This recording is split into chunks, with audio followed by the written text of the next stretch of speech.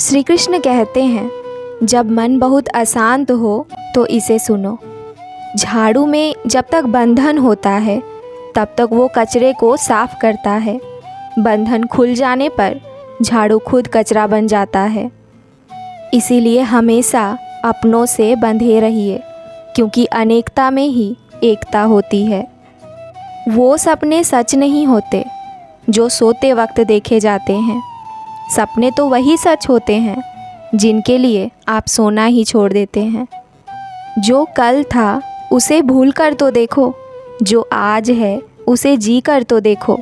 आने वाला पल खुद चल कर आएगा, कोशिश करके तो देखो। पछतावा अतीत नहीं बदल सकता और चिंता भविष्य नहीं संभाल सकती। इसीलिए वर्तमान का आनंद लेना ही जीवन का सच्चा सुख है। स्वाद छोड़ दो तो शरीर का फ़ायदा, और विवाद छोड़ दो तो संबंधों को फ़ायदा। उसी तरह व्यर्थ की चिंता छोड़ दो तो जीवन को फ़ायदा। हमें हर संबंध को समय देना चाहिए, क्योंकि कल का क्या पता, हमारे पास समय तो हो पर संबंध ना हो।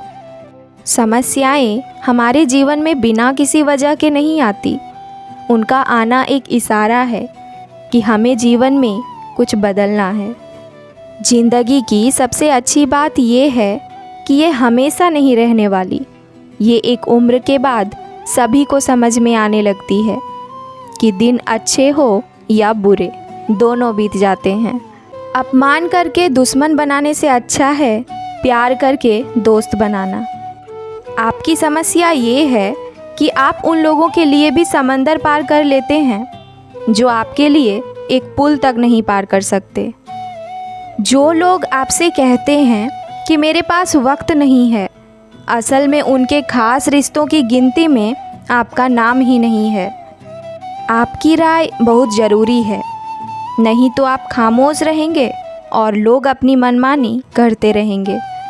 मूर्ख इंसान खुद का नुकसान तो करता ही है, साथ ही जो उसकी सहायता करते हैं उसका भी नुकसान कर देता है। ज़रूरी नहीं कि सारा सबक किताबों से ही मिले, कुछ सबक ज़िंदगी और रिश्ते सिखा देते हैं। मतलब से भरी इस दुनिया में तुम सिर्फ किसी एक का होना चाहते हो तो खुद को दर्द देने के लिए तैयार रहना। किसी भी इंसान को अगर ज़्यादा सुधारना चाहोगे तो वो इंसान आपका दुश्मन बन जाएगा।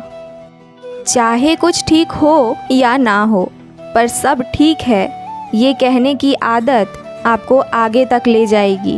कृष्ण कहते हैं, जो हो वही रहो, दिखावा मत करो। श्री कृष्ण कहते हैं, सुख दुख लाभ हानि जीत हार की चिंता न करके मनुष्य को अपनी शक्ति के अनुसार कर्तव्य और कर्म करना चाहिए। ऐसे भाव से कर्म करने पर पाप नहीं लगता।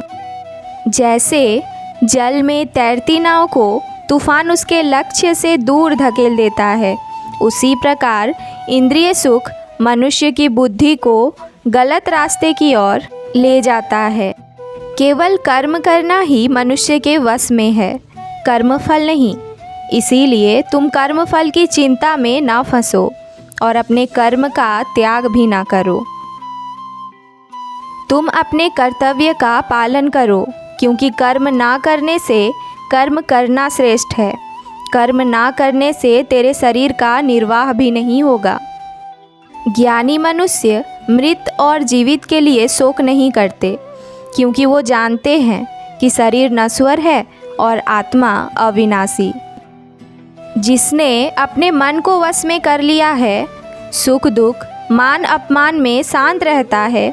जिसके लिए मिट्टी पत्थर और सोना एक समान है, वो परमात्मा से युक्त योगी कहलाता है।